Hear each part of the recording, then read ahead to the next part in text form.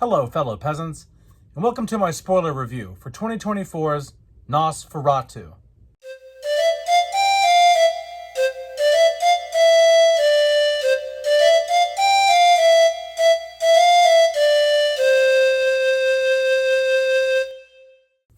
Alright guys, so if you haven't seen the film, please go and watch my non-spoiler review. There you can see my thoughts on the film without getting anything ruined for you.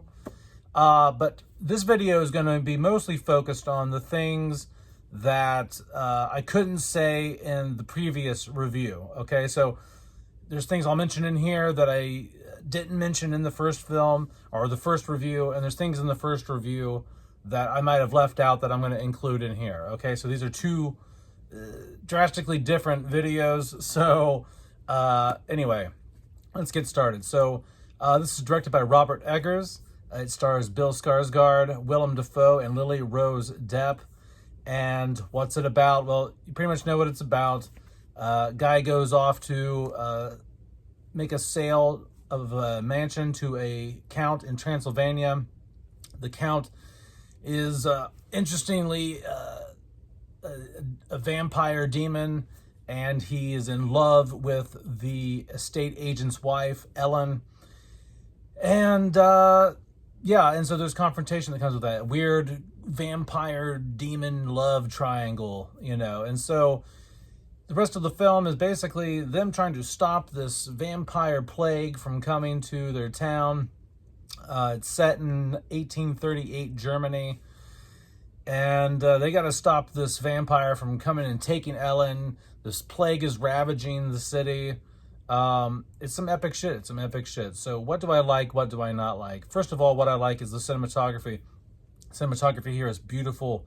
It's one of the best shot films I've ever seen. It's gorgeous.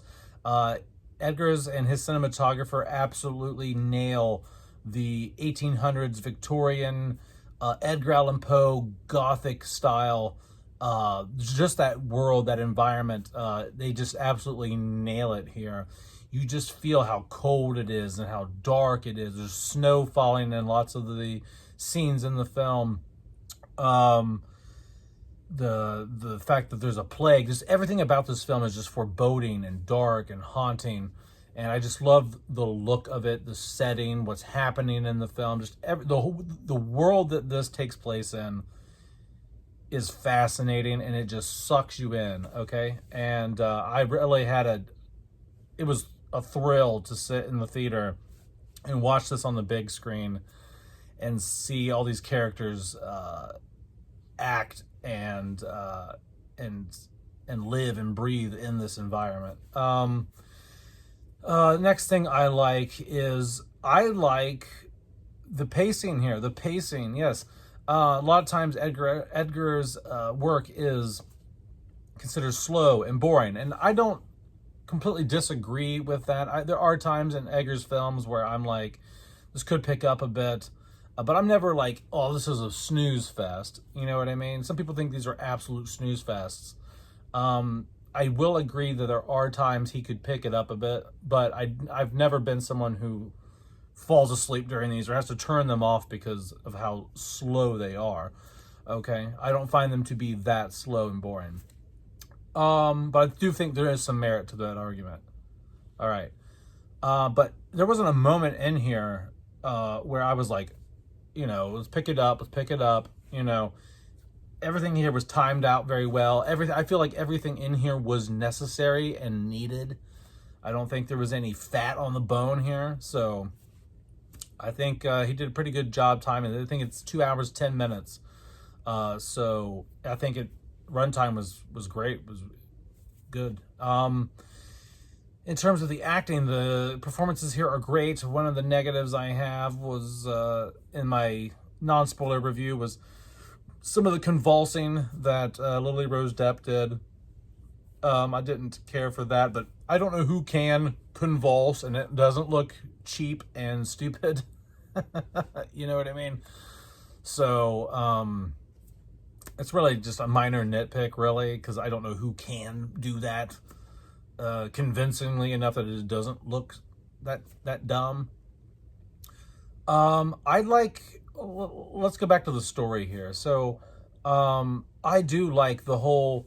I like the idea that he has to go off and sell this mansion, and he has to go to the count's castle in Transylvania, and he makes a bit of a pilgrimage to the forest. I like the adventure aspect of that. I like that he has to go on this dangerous trip through the mountains in the snow, and he runs across some of the peasantry, as he calls it, when he gets to the castle. And they have weird, like strange, like occult-like customs, and they're doing like a virgin sacrifice out in the woods. And I don't know who that is to. I don't know if that's a virgin sacrifice just to random vampires, or that is a sacrifice to Count Orlok. I'm not exactly sure what that was all about, but it's interesting that, and so once again, with this film, you get what you get in other Eggers films. You get that dark, authentic, occult style aesthetic here, and it just feels very real. It just feels like if the cinematography wasn't so well done, Eggers films could come off like a documentary or something, because of just how natural the lighting is and how authentic the set pieces are. So another thing I did like the horror aspects in here. There's a scene in the film where Thomas goes up to Count Orlok's coffin while he's sleeping, and he tries to kill him, and Count Orlok grabs the freaking mallet or the axe or whatever it is, and he like rises up out of his coffin, and Thomas is like, oh shit, and he books for it. And that scene was very tense because he's just a big guy. He is Count Orlok's a big dude, and he's just like scary as shit. And that's one of the other things I do like about it. Now, some people might have gripes about this, but I really liked how Count Orlok looked. I wasn't going to complain if he looked just like the 1922 Count Orlok. Now, I've never seen the original, but I know what Count Orlok looked like in the 1922. I wasn't going to complain if he looked like him, or didn't look like him. But anyway, Count Orlok in this film is a bald dude with a big mustache. Almost looks like the Pringles guy or something, right? Or maybe like similar to like Jim Carrey from the Sonic. And you might think, well, that sounds really fucking lame. That sounds really stupid. But it works. He looks like an old, creepy, Victorian 1800s villain. And this is a spoiler. Because a lot of people don't want to know what he looks like. They want to be surprised when they get to the theater and know what he looks like. He's just like a bald vampire dude. He's still got the long fingers and shit. And he's wearing this long coat and all that. But he has this big mustache. And it worked. It looked like what a gentleman from that time period who was a vampire looked like. That's what that someone back then would look like if they were like a vampire dude with a mustache, okay? And so I thought it was cool, and I thought he was super creepy, okay? So if you're worried about the look of him and him not being scary anymore because of him not looking quite like the 1922 version, I wouldn't be worried about that. I honestly thought that he was creepy and he looked good, okay? So if you haven't seen the film and you're watching this because you don't care to be spoiled, then yeah, don't worry about it. He looks cool. He's badass. He's scary. One of the other things I like, the feeling of, I know I've talked a lot about like the feeling and the atmosphere and all that, but this film really does have a haunting feeling and almost like a dreamlike state. The film feels like you're in some dreamlike hypnotic state or something. And there's a lot of moments where, especially like the scene where Thomas is waiting out in the woods and the stagecoach comes and the snow's falling, and there's just something very like ethereal about that. There's a lot of moments in here that feel very magical and otherworldly, and then there's times where you feel like you're watching a documentary because it's so authentic to the time period, but then he fuses that with this otherworldly, magical shit. And it works so well. It works so well. And once again, like, talking more about the horror elements that I liked just how creepy the Count is. Not just his appearances, but just like once you get to the castle, you're just like on edge. You don't know what's around every corner. You don't know where he's going to be. You don't know what his intentions are with Thomas. You know what his intentions are with his wife. Like, he's obsessed with his wife, which we'll get into here in a second. But yeah, so I like the cinematography. I think the story here is okay. It's okay. It's a okay story, but it's elevated by the atmosphere and the cinematography and the authentic set pieces.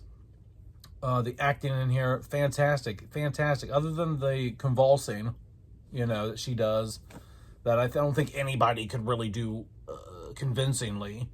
I think the performances here were great. The horror elements were spot on. Let's get into what I didn't like about Nosferatu, okay? I complained in my non-spoiler review about how if he has these powers, he has these vampire demonic powers to reach into her dreams when she's younger, and he wants to like take her for his own.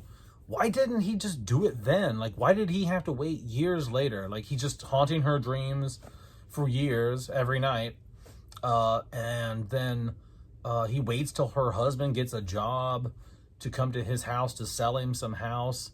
And then he's like, oh yeah, I guess like now's the time to like really go get her.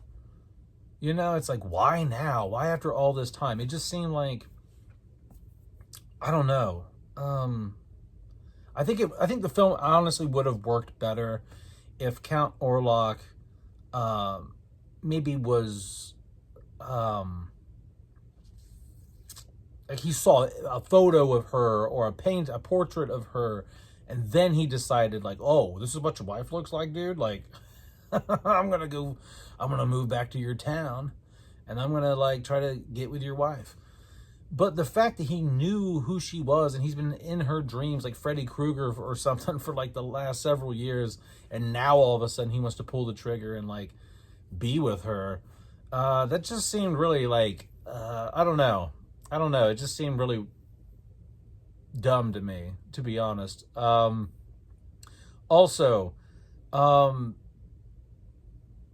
it's not really explained how he's like taking over these people. So like the guy, the employee or employer of Thomas's employer, who tells him like, look, if you go through with this deal, then you'll get an official job in the firm. Well, that dude's in on it. That dude is like doing like the witchcrafty stuff, and like he's in on sending to Thomas to the castle, and like he's like obsessed with Count Orlok, and he's like, master, my lord, and like he's like all about Count Orlok, and you're like, oh, okay, so he's in on it, but why and how? Like, you know what I mean? Like, did he just decide overnight? Did Count Orlok brainwash him in advance? Or I guess like the intentions of Count Orlok and the intentions of Thomas's employer, it's just like it's all left up to interpretation. Like, why is this happening? How is this happening? Like, why did Count Orlok need this guy to send him to the castle? Count Orlok could have just came into town. He didn't need to buy the house in town to come for Ellen. You know what I mean? He didn't need to. He could have just done it. And he didn't need to have, I don't know, it just seems like a lot is not explained about with Orlok's intentions, why he waits when he does, who he involves, who he takes over, in terms of like that real estate guy. Like, why did he take him over? He didn't even need to mess with him. He could have just came in town and started macking on Ellen. You know what I mean? Like, you didn't need to involve anybody else. Um, and then the ending.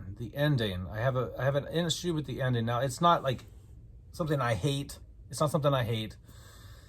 But I just wanted a little bit more. So there's some confusion with the ending. So Willem Dafoe plays a character who is like, he's a doctor, but he's really also someone who's very good with the occult, and he knows things about vampires, and he knows things about witchcraft and devilry and all this.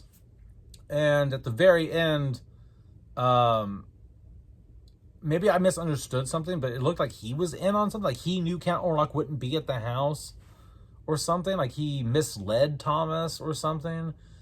And I was just like, well, why would he do that? Or so I was a little confused there. So maybe I need to rewatch it. But like upon first watch, I'm just like, why did Willem Dafoe was like all about killing Orlok, and then he like misguides Thomas and like lets him. They go to the house when he knows he's not going to be there, because they go to Orlok's house in town once he reaches their town, and the plague's there, and all this is happening, and she is at home alone, and it leads you to think that Willem Dafoe has a change of heart or something, and like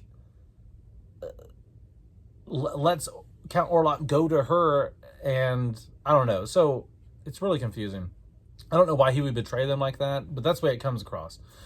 And then the death scene. Yeah. Count Orlok goes to Ellen. She's like, you know what? I guess I'm done. I give up. I'm just going to let you take me. And so they like hook up. They have like a romantic thing. And he sucks her blood, and the sun rises. So I guess they were like going all night. And the sun rises up, and he dies. Count Orlok dies. He's like, ah, and like the blood's pouring down his face, and because vampires can't deal with sunlight and shit. So and he dies. Ellen dies. Thomas gets back because Count Orlok wasn't home, right? Like their whole point was to go to his house and fucking kill him, and yeah, and so. Yeah, so she dies, Count Orlok dies, and you're just kind of like, oh, okay. And I don't know, like, I don't hate the ending. I don't hate what happened at the very... I don't hate that she died and Count Orlok died, and that's how it ended. I was hoping just for a little bit of confrontation between Thomas and Orlok, like just a little bit of a struggle or a fight of some sort. Now, I know that fighting isn't necessarily Edgar's forte, because at the end of The Northman, to say the least, the fight scene on the volcano is not...